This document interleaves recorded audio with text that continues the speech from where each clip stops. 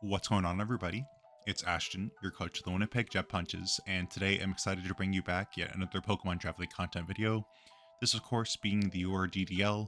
It is week 7, and we're up against Gforce. He is coaching the Connecticut Cobalions, and we are looking really good going into the end of the regular part of the season. We are currently sitting, for anyone who has not watched our week 6 battle, I apologize for any spoilers, but we are currently 5-1 going into week 7 here, and after that we'll have one more battle of the regular season before playoffs start. So we're very much nearing the end of the league, end of the season, but fear not, as we will have playoffs to contend with guaranteed. To kind of turn our sights over to Gforce. He is unfortunately not been having the best season. He's currently sitting at a 1-5 record. It's not impossible for him to make playoffs, but it's very, very highly unlikely. If he's able to win this bout and then win his week 8 bout with the handed differential, I think he might have a chance. We're gonna see if we can't kind of snowball our momentum over into playoffs here and see if we can't squeak out a 6th win here. So to give you guys an idea of what my opponent has access to, it's a very scared team, and it consists of Ylander, Gholdengo, Tapu Lele, Landorus Therian, Meowscarada, Rotom Heat, Delphox, Tentacruel, Lycanroc Midnight Form, Malamar, Banette, and Graveler Lola. So it's a pretty offensive team.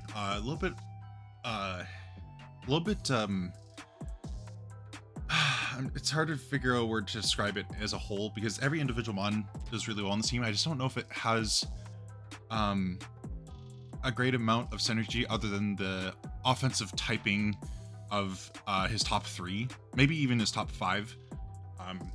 I'll say his top 5. It's a very threatening team offensively in terms of typing synergy and setup potential. But I think it's a little bit telegraphed in a sense. So we're gonna see if we can't take advantage of that weakness and see if we can't do something that's a little bit strong into it. I think we have a bit of a defensive and offensive game plan here. So to kick things off, we have a interesting Ogerpon Wellspring set. It's fully offensively invested. It's fully offensively invested with one attacking move.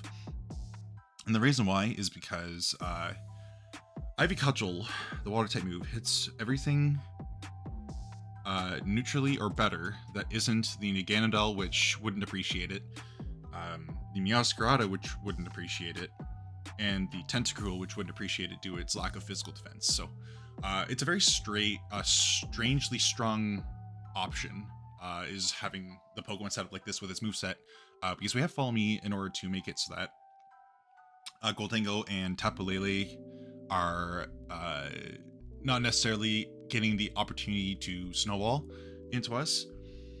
Also, if we terrestrialize into TERA Water, it makes our defensive capabilities a lot more potent, in my opinion. The only issue, I guess I would say, about becoming a pure water type would be the Meowscarada. And then, of course, Landorus's ground type stab would be able to hit us neutrally, but I think that's not too big of an issue into this matchup, as we do have some speed control options and such, and just really good Pokemon that are able to counter those. So it's not going to be easy to navigate my opponent's TERA options because they're very offensive and scary, but I think we have some tools, and we're going to see if we can't utilize them here. And I think one of those is probably going to be the Ogerpon, because Ivy Cudgel just does really good damage, and where my opponent's Pokemon are very specially offensive, I think it's going to be one of our premier TERA captains here, TERA captains here, with the ability to get a special defense boost upon terrestrializing. So hopefully Ogerpon's able to put in some work this week.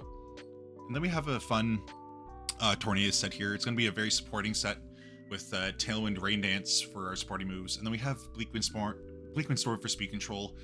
It's chilling water, and I'll get into that a little bit later as to why I brought that. But we're also popping the Moranga Berry because my opponent really doesn't have a great time trying to kill bulkier Pokemon on the special side, I think. And it's because I'm able to invest a little bit more specially defensive into my opponent, knowing what he knowing that his more offensive threats are especially offensive. Like, the only physical Pokemon that I'm worried about consistently doing damage to my team are the Meowscarada, and if it's an offensive Landorus.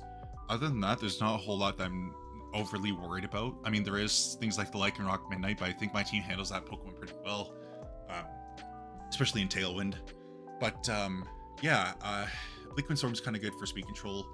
Maranga Berry, obviously, to get the special defense boost upon getting hit by a special move. That'll help us into Rotom Heat. And then we have Chilling Water, and that is going to be, I'm too excited to talk about it, so I'm going to scroll down a little bit. Chilling Water is going to be mainly there to help us into the physical attackers, but the secret reason is because I want to be able to pop a weakness policy off on CLAYDOL, which is going to be coming this week. So I'll talk a little bit about the CLAYDOL set in a bit, but that's kind of the reason why we are bringing Chilling Water. Regidrago is coming off the bench again. It's going to be choice specs this week, as after the Tailwind support, I outspeed his entire team without any speed investment, and choice specs Dragon Energy, Terra Dragon just looks super good. He doesn't really have a lot that can switch in on that, and the things that don't necessarily appreciate Earth Power, which I'm also going to be packing this week. The only real thing that he has to compete into Regidrago is the Tapu Fini, which is why we're going to be bringing a Assault Vest Tinkaton to combat that. Fake out Gigaton to Hammer, knock off Ice Hammer, the moves of choice. Ice Hammer is really only coverage. I don't imagine I'm going to be clicking it too much, but Ice Hammer is really only good as coverage for something like Landers if it is bulky Intimidate. Oh, excuse me. Generally, I think just to knockoff's more just good utility, but it does hit hard into the Goldango. And yeah, Gigaton Hammer is overall really good at helping us against the Tapu Lele. Something I'm going to have to kind of keep in mind during the battle is where Psychic Terrain is going to be a factor. I can't fake out things in every scenario, so I'm going to have to buy my time with being able to utilize Tinkaton as a fake out user in this game. Hopefully I'm not pushed into the instance where, because I don't have access to fake out and Psychic Terrain, I might lose. I'm kind of hoping on that, but if I am, then it's going to be a little bit tough for us, so we're going to see if we can't manage that a little bit better. And fifth overall, we have the Magmortar. It's going to be specially defensive Terra Steel. The reason why is because the top three on my opponent's team are not really naturally good into hitting Terra Steel in general, and they're all special, so having the specially defensive block is kind of nice there. Citrus Berry, of course, for the longevity. Then we have Flame Body just to make sure that if we're getting hit by something like Meowscarada, it has a chance to burn it and make it less of a threatening Pokemon down the line.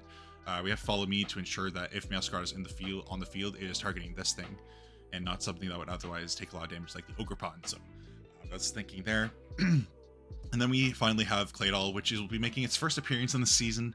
Can't believe I'm saying that after it being 7 weeks. Is week 7, we have not used it once. I'm kind of sad or ashamed to say that, but it's going to be a fun little set here. 3 attacks, protect with weakness policy, and it's going to be Terra Steel. The thinking behind this is that I stay as my regular typing, an extra Tornadus, get the Chilling Water to boost my, or to proc my weakness policy, and then Terrasilize so I'm not getting hit by the Goldango, Naganadel, and Tapu Lele as hard. So that's kind of the thinking there. So we're going to see if we can't potentially make CLAYDOL work this week, a little bit of a bulky offensive set. So yeah, it's going to be the team.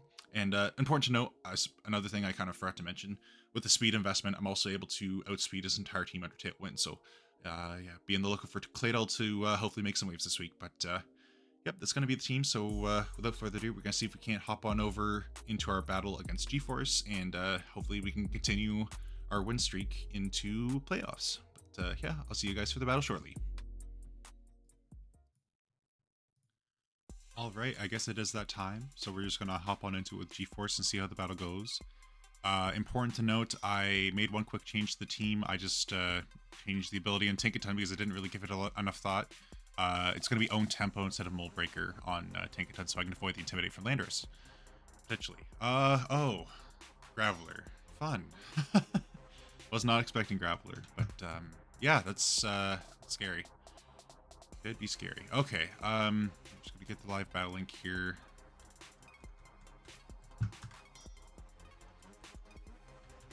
Okay. Yeah, good luck, have fun to Gforce. Very scary team he is drafted, so it's not gonna be easy by any such lack of the... Jeez. I hate that visual glitch I get whenever I tab out and in of Discord and Showdown when I'm recording, and for some reason it like starts glitching, like the text starts glitching. Anyway, okay. So you have to contend with Lele, Psychic Terrain. I do really want to try CLAYDOL plus Torn. I'm gonna try it and then do Ogre Pawn in the back, and I think Tinkaton in the back as well. I think is pretty solid. I'll try that. Try that, and then if we need to, we'll readjust for game 2 just in case it does like late Lele and it becomes a problem. I could also see these Ylanders and Graveler. Okay, interesting. Okay, so we see this. I think here I kind of want Chilling Water something. Is the thought.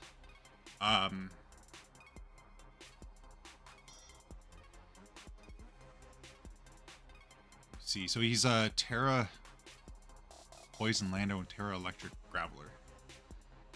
Yeah, I think I want to...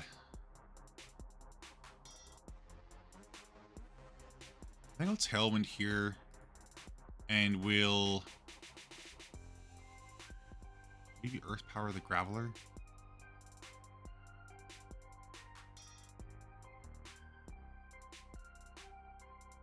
Because Landers can at least potentially proc weakness spots with like a U-turn or a knockoff. So we'll do that. Protect, that's fine. That's fine. I'm not too worried. It could be just like Rock Slide. Taunt, that's fine. So we'll just we'll go for the Chilling Water. And we'll Earth Power again.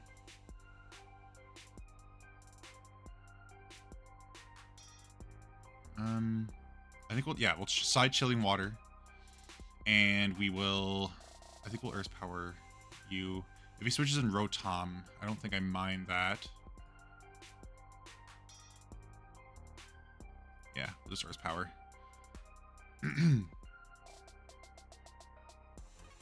Yeah, because I can just Rain Dance on Rotom switching in.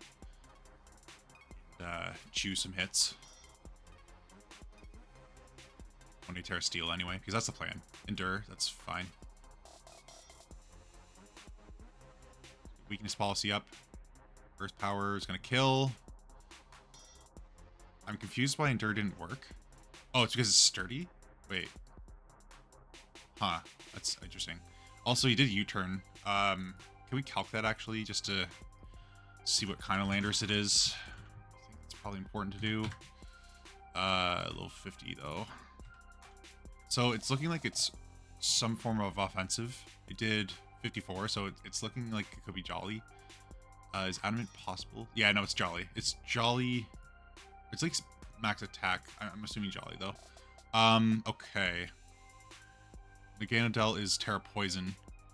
Well, I think we just get a free, I think we just get a free Bleakwind plus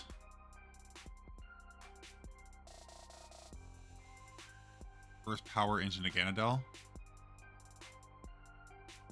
We also Psychic if it's Landorus. Yeah, we'll Psychic in case it's Landorus.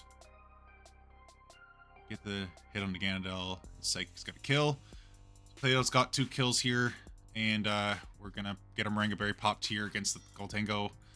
Gonna calc the Gholdengo just to see what kind of Gholdengo we're dealing with, because everything's a threat. Let's just say it's Thunderbolt over Focus Blast. Did that much. So is that Specs? I'm gonna say that's Specs.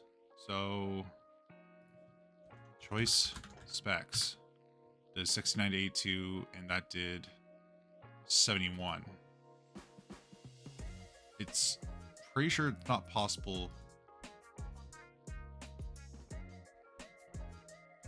Specs, maybe. It's probably Stamina Specs. So we just Earth Power, TERA Water. Okay, I should have looked into that. This is neutral though, so that's nice. And then we'll get a +2 Earth Power off. It is gonna kill. Okay, offensive and taunt ends, so we can Tailwind here, and we can Tailwind an Ice Beam. Honestly, it's pretty free because he protected last turn, so, and he can't TERA. This might be a, yeah, that was a strong game 1 for CLAYDOL. All right. That's pretty cool. Yeah, we'll just hop into game 2 here. Yeah, I wonder why Endure didn't work there. I think here, what we can potentially do is really Torn Wellspring is an option.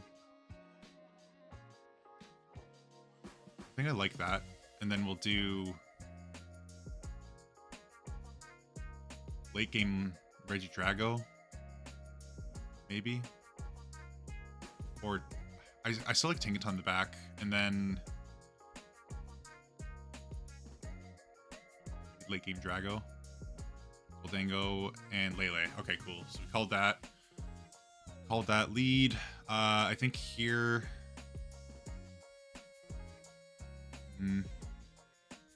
I want to Rain Dance right away.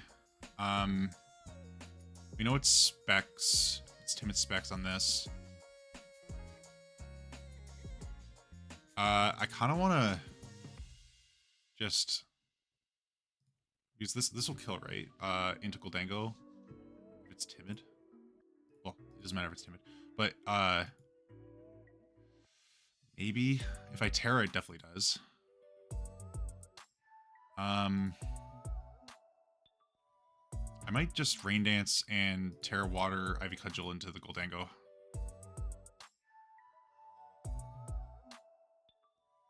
Yeah. Okay, so Calm Mind. I think if we get rid of that, it's probably going to be a Regidrago clean. Yeah, basing on this. So I think what we'll do is we will Tailwind and Ivy into the Lele. Get rid of that threat. And Nagandel shouldn't do too much to this pair, given that Moringa Berry. Okay, it does protect. That's a little annoying. Maybe Cudgel. Sludge Wave. That shouldn't do a lot. Get the Moringa Berry. Nice.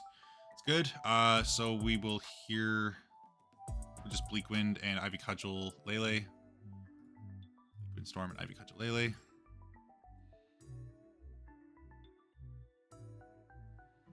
It's looking good for us. We have Speed Control. I don't believe he has counter Speed Control with Naganadel. I might be wrong that it might learn Tailwind. It's the only thing. Cudgel, it's gonna kill Lele. Bleak Wind's gonna slow that down, hopefully. No, not quite. And we don't take much for that Dark Pulse. Rotom's in. I think it's GG, man. Yeah, we'll just we'll